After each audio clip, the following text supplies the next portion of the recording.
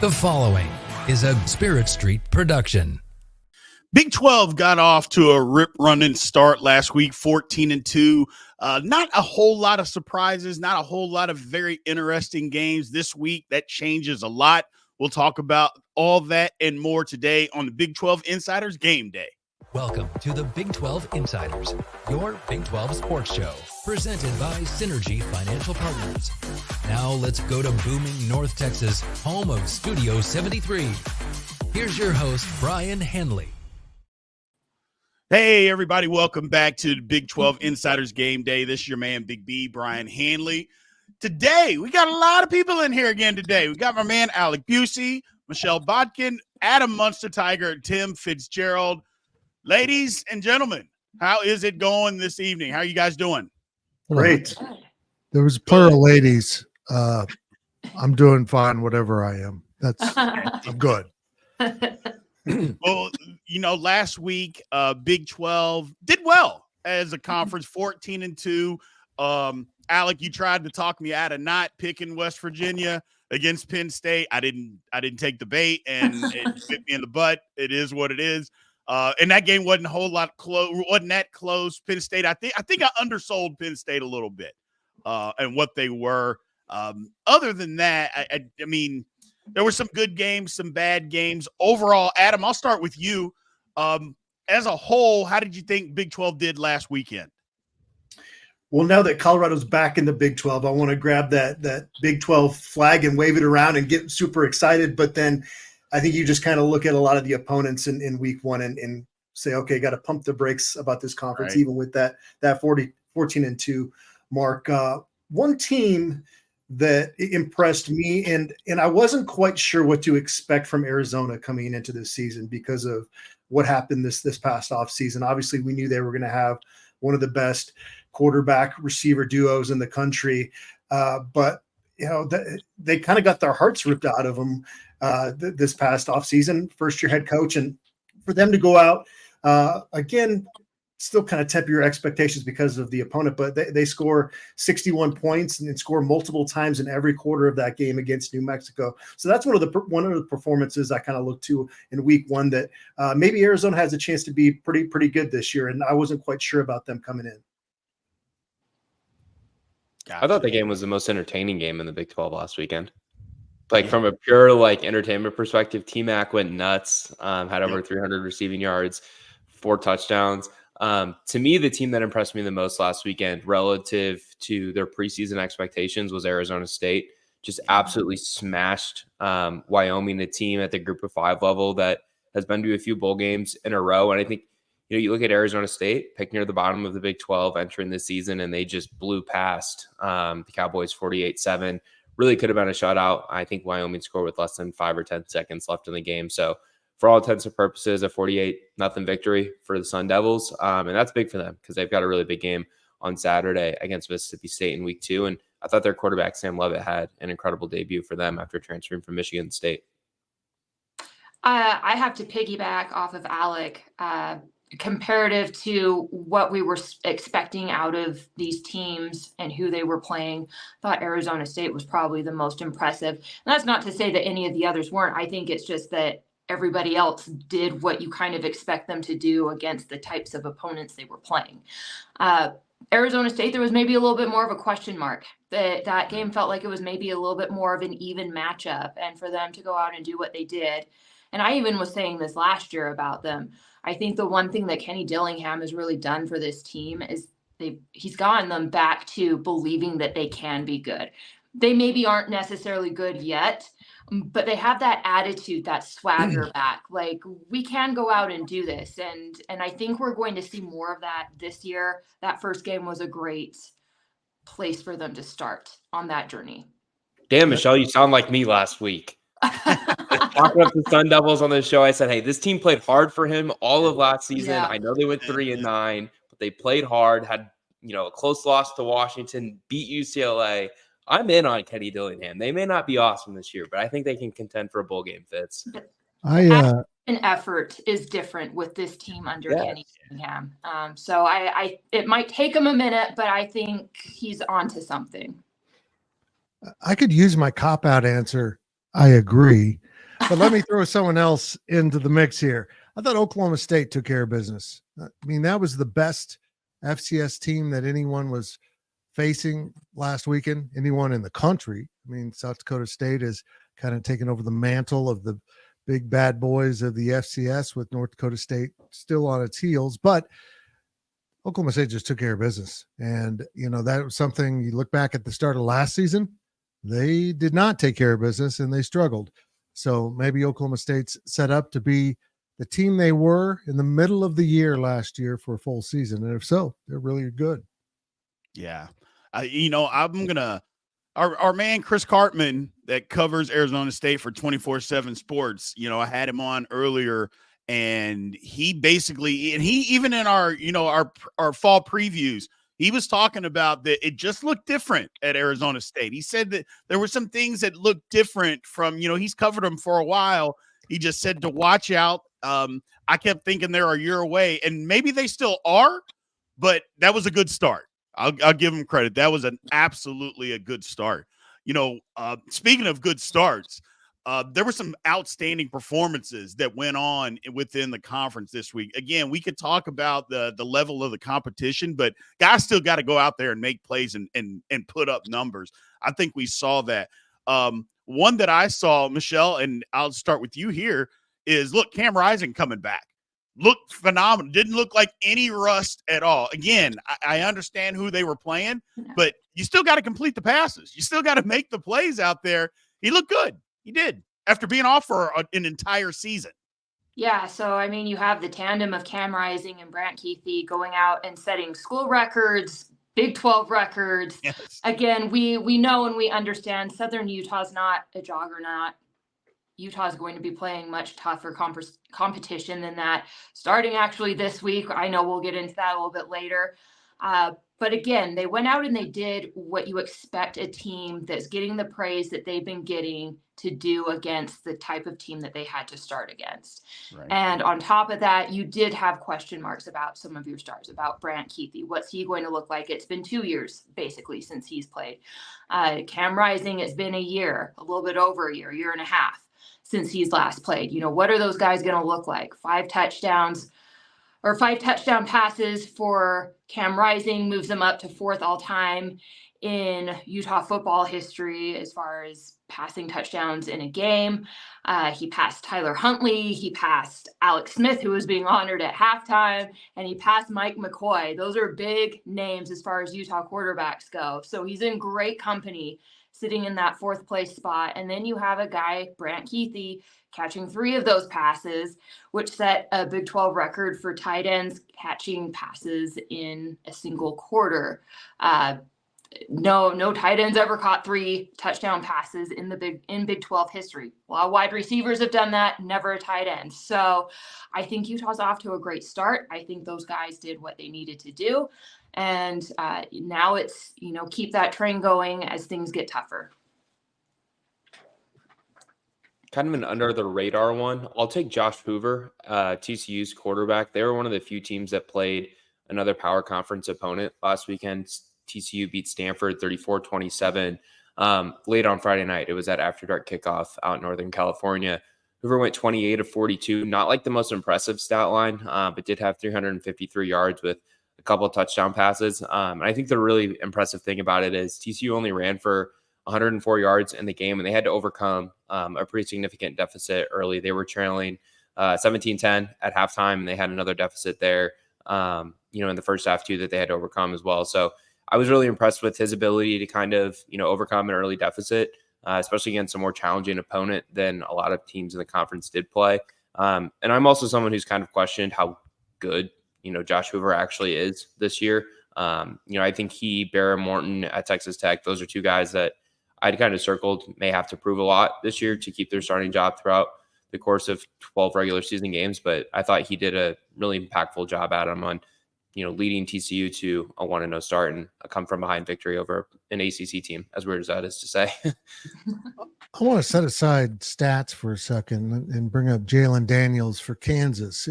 He's been injured so much and hasn't really even come close to a full season of competition. So to see him kind of come back through a whole summer and, off season of rehabbing that back and playing a full game. Look, they played a horrible opponent, but just the sign of him being out there has to really lift the KU locker room spirits. That, he's such a natural leader and a great athlete that if he's on the field, KU's going to beat people. And this weekend they go to Illinois, and we'll see if he can hold up. But if he truly is healthy, watch out, Big 12. Michelle, I want to ask you about Brant Keithy. I want to circle back there because I feel like Colorado's played him like 7 times. Yeah. What year of eligibility is he in at this point? Sophomore. So he was a freshman in 2018. Okay. Wow. Yeah. So he got a medical in the COVID year. Okay. Mm-hmm. I was trying to do the math in my head as you were talking about him. It just feels like he's been there forever. Just because he has. That was when I was a freshman in college. I wish I got a medical in a COVID year and I was still in school too. Seriously. I covered a young man that played 129 snaps in the season opener, Travis Hunter. And I keep getting asked to describe him when I'm doing these radio spots and other spots. And it's getting hard to really describe just what a freak of an athlete he is. And the issue the last couple of years has been injuries. His freshman year at Jackson State, he came in as the number 1 ranked recruit in the country and had an ankle injury and never really got to be at 100% that entire season. And then last year, he was pretty much a rock star through 2.5 games until he took a cheap shot in the abdomen and never really got back to 100%. So if he can stay healthy, I think he's going to do something that we've never seen in terms of a two-way player this season. But again, he's got to stay healthy. The conditioning part of it is actually not a problem. He went out and trained with a well-renowned cross-country coach because that cross-country coach wanted to figure out how Travis Hunter ticked. And he made a joke that he wishes he could cut Travis Hunter open and figure out what's inside of him because it's pretty incredible what he does in that regard. When other guys are in conditioning, going over to the trash can to throw up, he's dancing for the camera. So it's been kind of incredible to cover him up close. And I still, I don't even think he's reached his potential yet, which is scary. Adam, let me stick with you right there. What is his best position? Do you think he's better at receiver or cornerback? It's my thinking, whether he's better at it or not, I think if he's smart, you play receiver because receivers are getting paid all this money now. But is that actually his best position? I would have said his best position was corner until Thursday, and now I'm kind of on the fence because he has continued to evolve as a receiver. Again, him being hurt his freshman year kind of hurt that development a little bit. And he's spent a lot of time focusing on the offensive side of the ball in practice because I would say at this point, he's still probably more natural as a cornerback, but he continues to get better as a receiver. And I know you just don't see guys go both ways in the NFL really anymore, but if you maybe had him play cornerback, you could still situationally use him at times as a receiver because, those roster limits in the NFL, it's hard to go 4 wide. And, if you have a guy you can bring over from defense to do that in certain times, I think that will be a valuable tool that they'll have going to the NFL. Gotcha.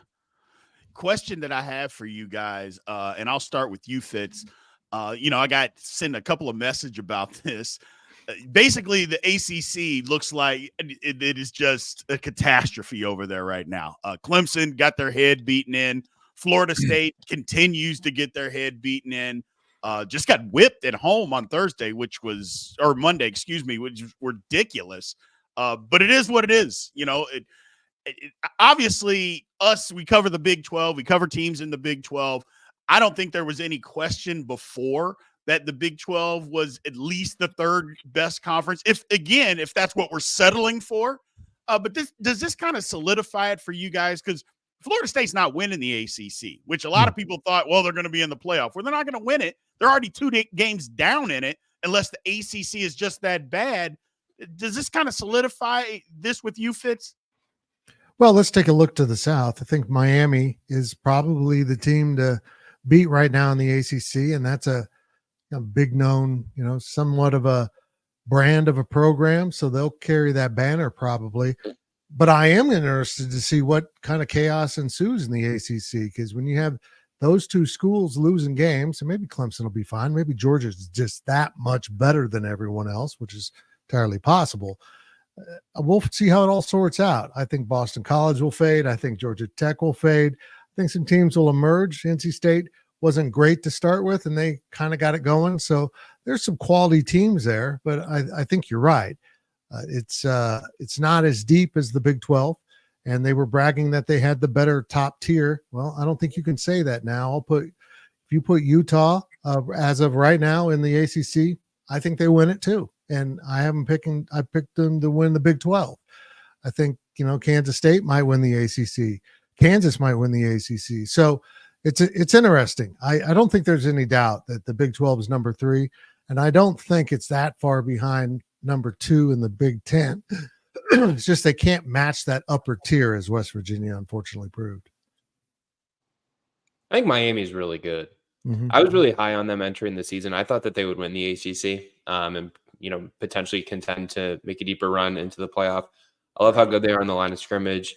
Maligoa at right tackle, his twin brother on the linebacker spot. Ruben Bain didn't even play against Florida off of the edge. Like, that's really impressive. I'm really high on what this Miami team can accomplish. I didn't even mention Cam Ward and Damian Martinez, in the offensive backfield, and Xavier Restrepo out wide. But yeah, to me, I look at what the Big 12's like just overall top depth is. I feel like there's 2 or 3 teams at the top tier of it, with Utah, Oklahoma State, and K-State probably, viewed as the league favorites. And I was really impressed with what Oklahoma State did over the weekend. I came on here last week and I thought that South Dakota State would cover against them, and they just got blown out. I think that says a lot about what they kind of accomplished last week.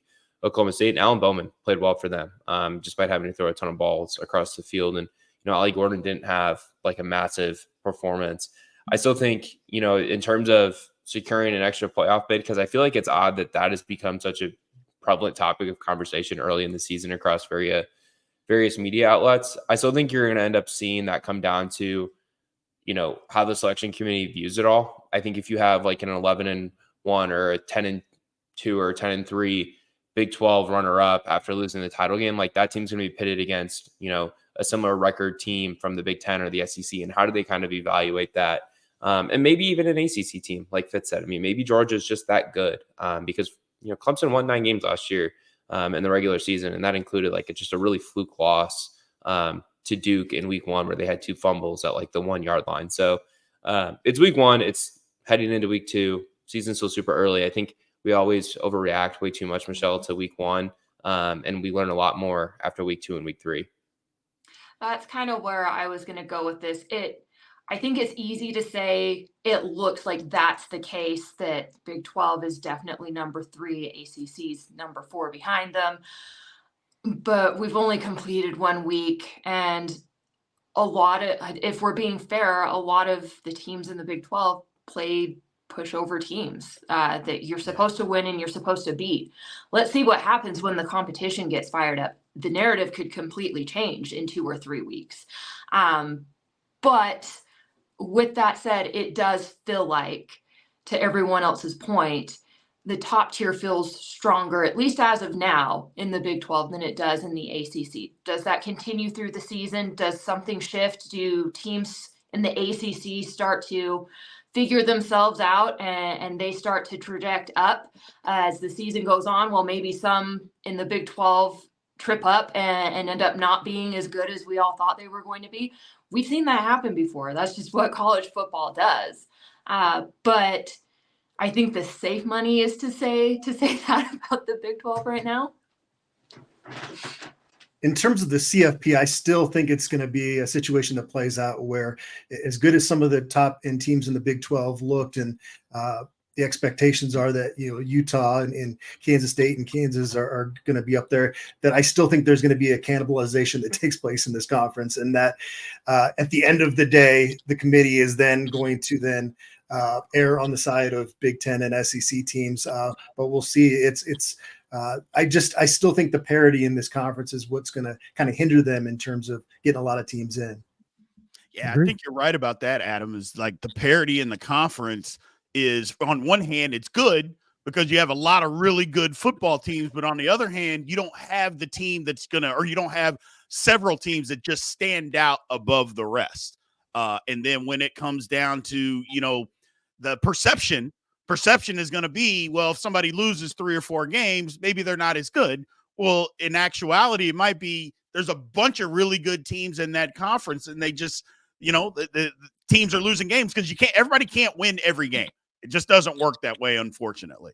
Well, and unfortunately, I mean, I know Adam saw this, firsthand. We both were in the Pac-12 and covered the Pac-12 for years and years and years. And that's exactly what happened in the Pac-12. Yep. Everybody beat up on each other. I sometimes wonder if we don't always cover or think about top teams in the correct way. Is it really that impressive when there's one team or two teams that stand out and beat the crap out of the rest of their conference? Correct. Or is it more impressive that you have several teams that on any given Saturday can win a game? And so you have maybe more of an even killed, similar records across the board because everybody's on a similar level. Which one really is better? I think we tend to be more impressed with teams that beat the crap out of the rest of their conference rather than conferences that maybe are a little more well-balanced and teams that can compete with each other any given Saturday. But I mean, I don't make the rules. So, but that's something I've always pondered. And I think it didn't help the Pac-12, and we'll see what happens, with this Big 12 that looks like it maybe is of the same vein.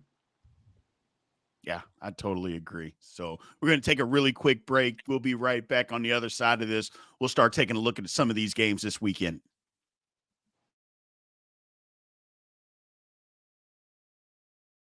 Welcome back to the show.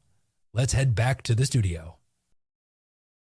All right, welcome back to Big 12 Insiders Game Day. This is your man, Big B, Brien Hanley. So let's get into some of these games this weekend. First one is on Friday. BYU at SMU. Adam, I think this is a big opportunity for BYU. I think going on the road, look, we can say what we want about SMU. SMU believes they're going to be good. The ACC keeps telling us that SMU is going to be good. I think it's a big opportunity for BYU to go on the road and get a big win, not just for them, for the conference to kind of poke our chest out a little bit. Huge opportunity for them. Yeah, you've seen SMU really invest in football now with this move to the ACC, and they've got the collective money now. And so, I mean, we talked about the ACC earlier. It's not completely out of the realm of possibility that SMU is going to be contending at the top of that conference, which right. It sounds kind of crazy. BYU,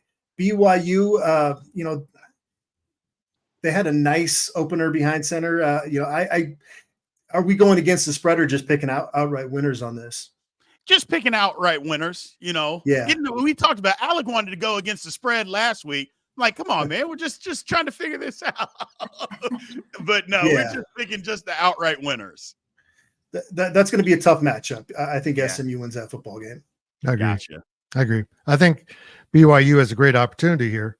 They'll be in the spotlight on a Friday night, but I just don't think they're quite ready to win a game like that on the road. And if they do, that puts the rest of the Big 12 on a little bit of notice that maybe the Cougars aren't as bad as we thought they were going to be.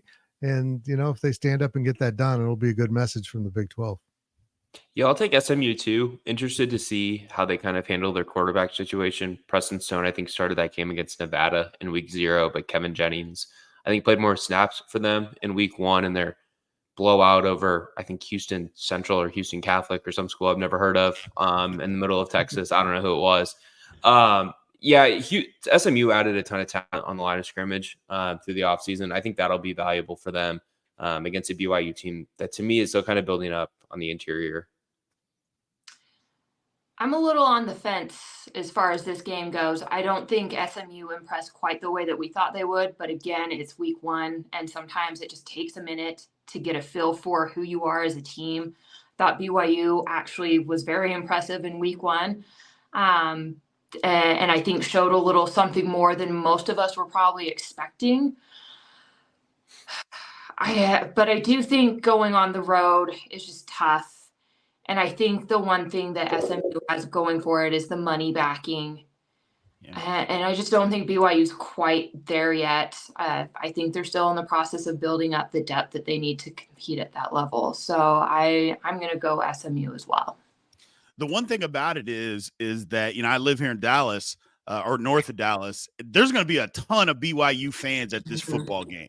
They're going to travel. They're going to be there. So I mean, the home field advantage, SMU will have that. The stadium's not that big, but it's not going to be overwhelming. You would think, man, that's a long way for Utah fans or BYU fans coming from Utah to go to Dallas, but there are a ton of BYU alumni and fans that actually live here. So maybe that's their saving grace, but I would still say that SMU is going to win the game. Arkansas going on the road to Oklahoma State. I know Arkansas scored 100,000 points in their opener, kind of like against a team that nobody had ever heard of, Alec. But I you think haven't heard of Arkansas Pine Bluff? That's not playing football. No, not football. No. Even at that, look, I just believe. Look, the Bobby Petrino offense is back at Arkansas. Whatever, Oklahoma State, I think, wins this one and wins big. Yeah, I like Arkansas. I think more than a lot of people do, given some of the additions that they made, and they seem to be kind of paying off just after a week. Taylor Green transfers in. I believe he's from Boise State. He was pretty electric in week 1, so that's obviously a good start to the year for Arkansas. But again, factor in the level of opponent. I'm high on Oklahoma State. I picked them to go to the Big 12 title. Fitz, I'll roll with the Pokes in week 2.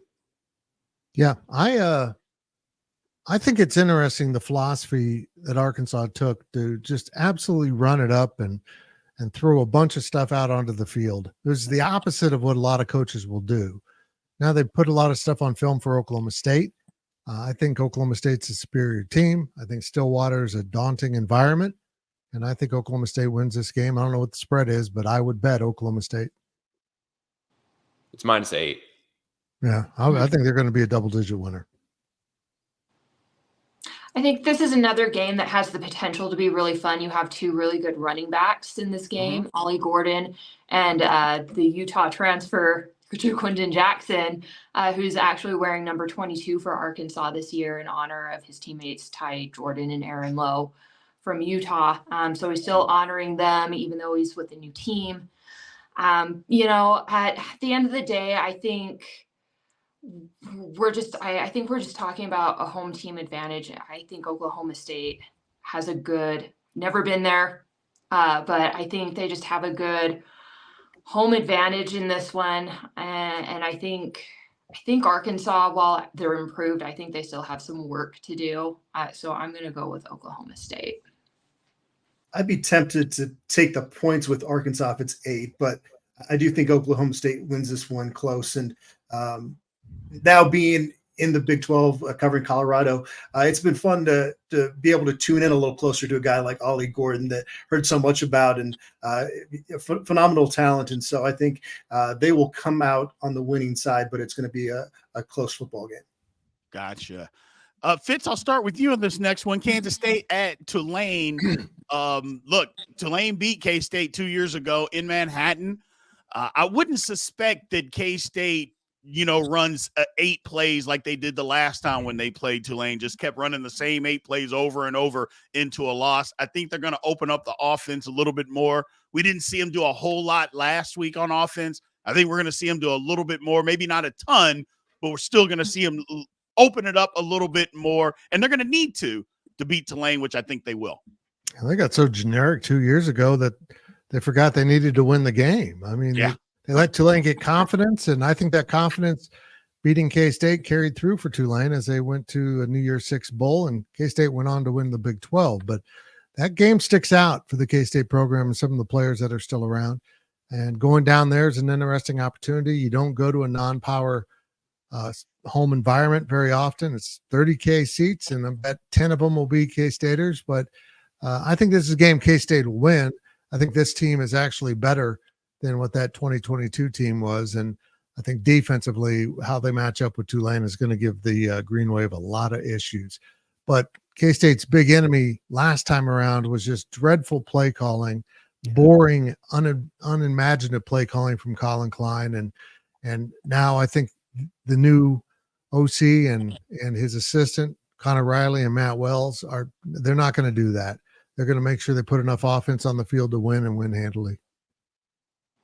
I also covered that K-State Tulane loss right. in Manhattan. I also remember being critical of the play calling after that game. as well. I don't feel like I know as much about this Tulane team as I did a year ago. Of course, Willie Fritz is gone. Michael Pratt's gone. I think that they obviously won by a big margin in week 1 against an overmatched opponent. I will say going on the road and playing a group of 5 team is never wise for a power conference team. I don't say that just as someone who covers Iowa State, and they lost on the road at Ohio last year.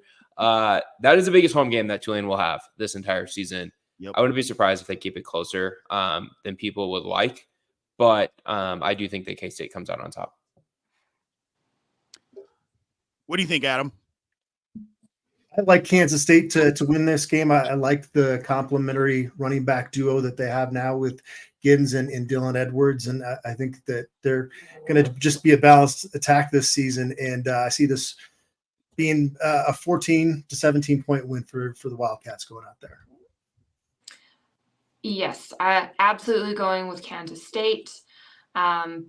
Look, sometimes you have to learn from a mistake, and I kind of expect Kansas State to go out there and show they're not going to make the same mistake twice when it comes to right. So next game up here, Michelle, we got Pitt at Cincinnati. Look, Cincinnati fans are furious at me because I picked them at the first power rankings. I had them dead last, and then they won. Well, now I moved them up a spot, and it's not high enough, but it is what it is. Having said all of that, they're playing against Pitt. I watched a little bit of Pitt. Pitt's not that good. We'll see. It's going to be tricky. The game's in Cincinnati, but I'm going to lean towards the Bearcats winning this one. Yeah, the days of Pitt being good are kind of over. It's been a minute since we've talked about Pitt seriously in any capacity in football. I like the Bearcats in this one. When you're the home team against a team like that, right? How can you not? These are 2 teams that I think are at the very bottom of their conference, so I'll back you up there, B. I don't think either of these teams are very good. Pitt starting Eli Holstein at quarterback, former 5-star, I think. He transferred from Bama. That's obviously a good addition. Brendan Sorsby was pretty impressive last week for Cincinnati. I guess I'll pick Cincinnati because they're at home, but this is a true pick 'em to me, Adam. Yeah, 2 bad football teams. I will not be tuning into this game. Cincinnati is at home. Cincinnati is at home, so I will go with them winning this football game by a narrow margin. Cincinnati, not good. There's a reason why you start with Pitt when you say pitiful, and that's pretty much what they are. And I think Cincinnati wins this. I think they beat them last year when they weren't good. So I just think it's a game right now where, the bottom of the ACC is worse than the bottom of the Big 12, but that's kind of where we're at with this. Right. I'll go back to you again, Michelle, on this next one, Baylor at Utah. A lot of excitement out of Baylor, the new quarterback, but you start looking at the numbers, like the percentage wasn't great throwing the ball. He threw 2 bad interceptions. Utah's got a really good defense. I'll be honest, I'm not sure this one stays close. I think Utah, I'm not going to say they walk over them, but I think Utah wins this one easily. That would be the way I would lean. Look, I understand that Baylor fans are excited and confident because of what happened last year, but you have to understand that Baylor team was playing against Utah's 3rd and 4th string guys. Correct. Utah was scraping the barrel at that point in time. You're not facing that same team this year, not unless you somehow wipe out Utah's entire starting and second string lineups on both offense and defense. It's just going to be a very different animal, a very different situation you're dealing with. I think also the other thing to keep in mind, I saw somewhere that Utah was the only one that pulled their starting quarterback at halftime. Everyone else has played the entire game. I think we see more of Cam Rising this week, and that's also going to make a big difference. Get ready to meet the Musk Bears. You're not going to enjoy it. Utah. Utah playing their first Big 12 opponent, even though it's not a conference game, it's still a Big 12 opponent. They're going to destroy the Bears. The poor Bears think they're back, and they're going to get their feelings hurt. And I hope they don't carry that over because I do think Baylor's better. They do have a better quarterback situation, but they've got some false security over what happened last weekend, and the Utes will undo that security. I covered Carl Jarrell at Colorado, and I thought he was the most boring coach in the history of football. And then go to Big 12 Media Days this year. Dave Aranda almost put me to sleep listening to him. Yeah. It just doesn't inspire a whole lot of confidence in me going out to Utah. And Utah, to me, right now is the class of the Big 12. So I see them rolling in this football game. Should be a relatively easy victory for the Utes. Gotcha. Now, Alec, I'm going to start with you next on this one. Look here, man. I am tired of Iowa State losing to Iowa. If you can get to 17 points, I think you can win. I don't care what Iowa did last week. I don't want to hear it. If they can get to 17 points, I think Iowa State wins the football game. And quite frankly, Iowa State wins the game. And I think Iowa State's going to get more than 17. And I think they win this game, Alec. They have to. I don't agree with any of those things. I think Iowa wins in a low-scoring game.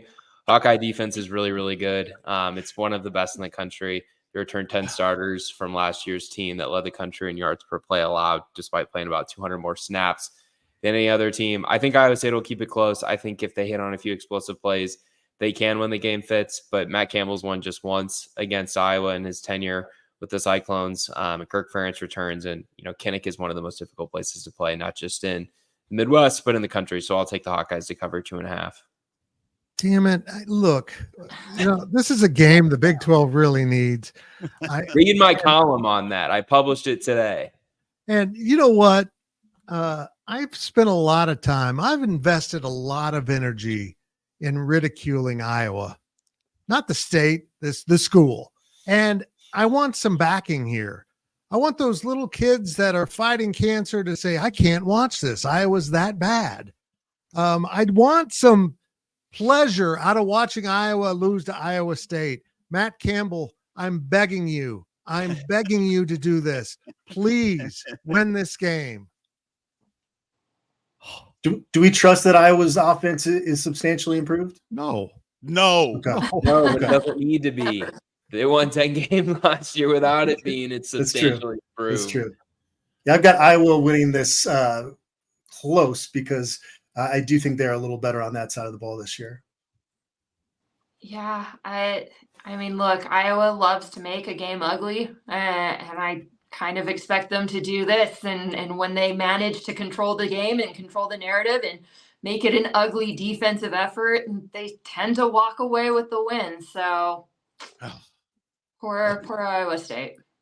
I did read your article, Alec, before I got online. I read your article about it, and I thought I'd get up on here and try to trip you up and say, you know what? Alec's going to go the other way. I know what he said. He's going to go, but you didn't do it. I'm upset. Golly. 1 year, they got to win this game. Something. They did in 2022. They're looking for back-to-back wins in Kinnick, which would be significant. And I do think it's an important game for Iowa State and a really important game for the Big 12 because West Virginia lost at Penn State last week, and you don't have a ton of other marquee games this week in terms of like opposing power conference CFP type contender this week. Right. Look, the next two games, Albany at West Virginia. We don't need to go through that. West Virginia is going to be licking their chops after getting smacked around by Penn State. They should win that one easy. UCF is going to beat the brakes off of Sam Houston. Neither one of these games, UCF had a line. They didn't even give a line for the Albany-West Virginia game. I was like, ugh. So we'll just skip right over this. Adam, Kansas at Illinois. Fitz mentioned it earlier. Jalen Daniels can stay healthy. I saw Illinois. They looked a little bit better than what they had previously, but I don't think Illinois is very good, and I do think Kansas is very good, and I think they win this game on the road. Yeah, Kansas had one of the better offensive line performances in the Big 12, if not the country. And the guy that is doing the Coach Prime documentary for Netflix is a former Kansas player. And I was chatting with him the other day, and just the stories he talks about Leipold and the development in that program. It's hard not to have all the respect for what he's built there. And even though they're on the road, I have Kansas winning this game by a touchdown. Illinois has a sold-out stadium. Illinois is in the Big Ten, and Illinois is going to get, if Jalen Daniels stays healthy, he and Devin Neal and the other weapons are going to destroy Illinois. I remember last year KU was way up, and then Illinois started coming back because KU made the mistake of kind of losing their focus a little bit. I don't think they're going to do that this year. I think they've got points to prove, and this is another one of them. Yeah, I know a ton about Illinois. I went to school there, so pay good enough attention to them to kind of be a knowledge about it. I think KU wins, KU covers as well. I just question if Illinois has enough depth and, quite frankly, talent on the defensive line to slow down KU's rushing attack with not just Devin Neal, but Daniel Highshaw. Of course, Jalen Daniels can move a little bit on his own and read options and different things like that. Illinois secondary should be improved from last season, but it's still a really talented receiver core with Skinner, Arnold. I like KU to cover and send home 60,000 orange-clad fans pretty upset. KU's been a fun story the last couple of years. Obviously, we all kind of know them a lot more as a basketball power, but it's been fun seeing them start to figure out football too. So I like him in this game. I love the Jalen Daniels story. I hope he has a good season. First step is taking care of business on the road in Big Ten country. Yep. All right, Adam, I'm coming back to you, man. Colorado at Nebraska. I think it's the marquee game, maybe of the country. There's some others that are out there, but Colorado needs to have a better showing than what they showed last week. Got to be able to rush the passer. Got to be able to run the football. Big week for Colorado at Nebraska. Yeah, I've flipped it back and forth on this game more than I can remember any game. You look at a point spread and 7.5 feels like too much to me, but yeah. I'm going to pick Nebraska to win this football game. Do you believe? Sorry, I do more so than a lot of people nationally. The national expectations for this Colorado team are low, but I've seen 4 transfer cycles with them really bringing in better talent than they've had in Boulder in about 2 decades. So now sometimes this coaching staff needs to make smarter decisions. There's been some time management issues that have really caused problems and could come back to bite them. So they're going to have to improve in that area.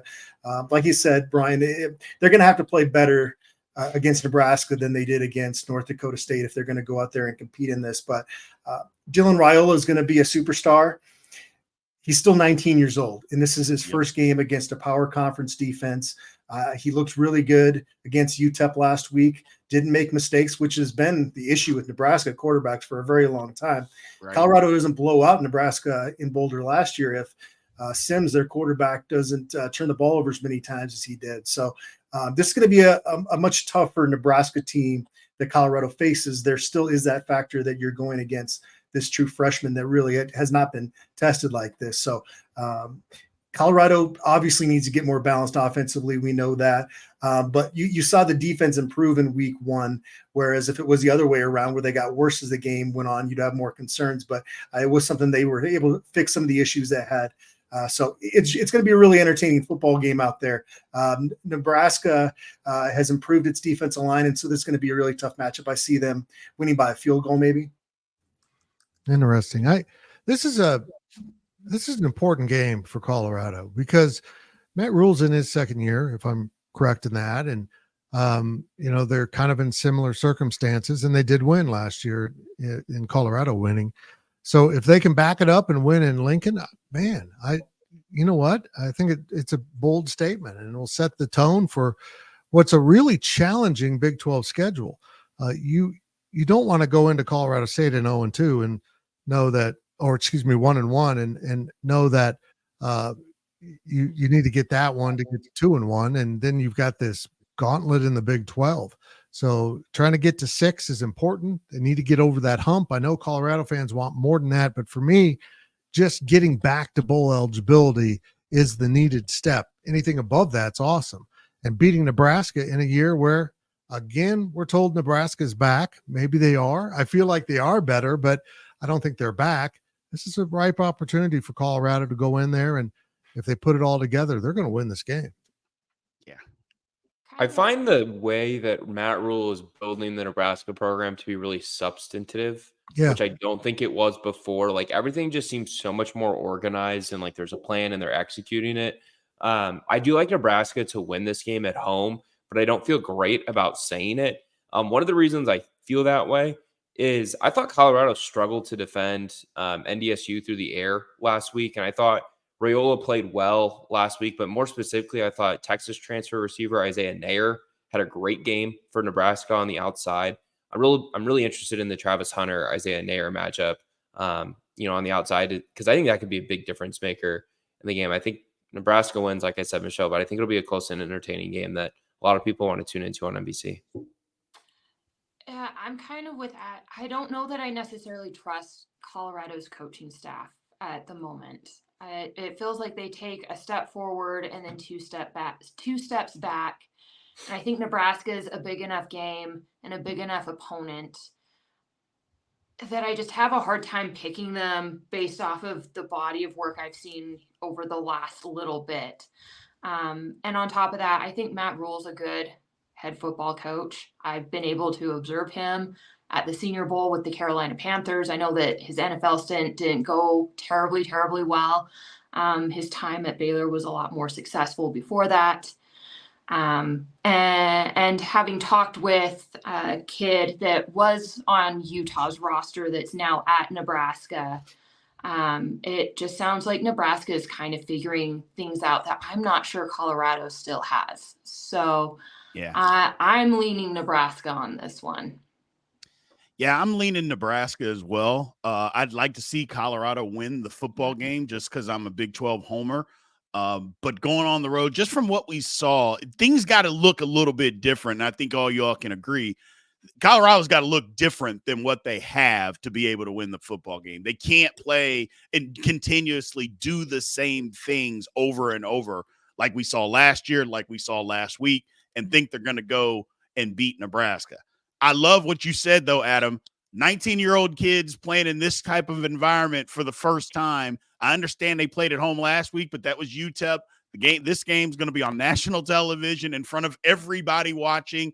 That's different. It just is. And I know who his father was, but at the same time, you getting out there and doing it yourself is something totally different. So we'll see. I think it's going to be a really good game. As far as the next few games, look, Houston, I was so disappointed in them. I didn't think they were going to be great, but what they did last week, that was disgraceful. And Oklahoma is going to it's plus 29.5. It could be 40. And I would still take Oklahoma in this. Long Island, TCU, no need. That didn't even have a line. Northern Arizona and Arizona, again, doesn't have a line. So we'll skip those. Look, Texas Tech at Washington State. Tech, again, horrible last week, Michelle. Just that the Texas Tech, I didn't talk to a Texas Tech fan this week that wasn't absolutely just devastated on how they played the football game.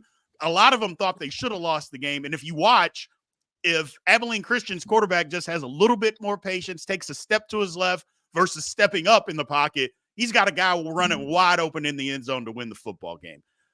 Tech going to Washington State, I think it's a big opportunity for them to get back on their feet. But at least they didn't lose the game last week. That's about the only good thing that you can say. But I like Tech, but they got to play a lot better. Yep. I think. Yeah. Go ahead, Michelle.